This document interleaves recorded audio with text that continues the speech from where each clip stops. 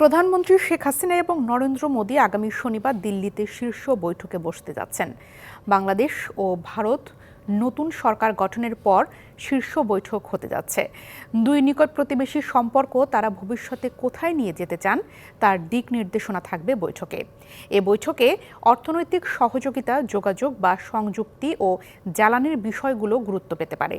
নরেন্দ্র মোদীর আমন্ত্রণে রাষ্ট্রীয় সফরে আগামীকাল শুক্রবার দিল্লি যাচ্ছেন শেখ হাসিনা।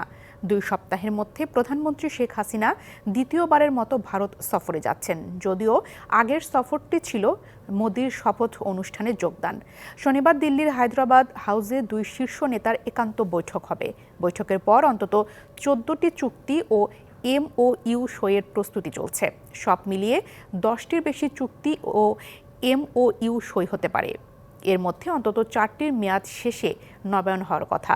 পাশাপাশি তিস্তার পানি বণ্টন চুক্তি, সীমান্ত হত্যা পুরোপুরি বন্ধের মতো বিষয়গুলো আলোচনায় তুলবে বাংলাদেশ।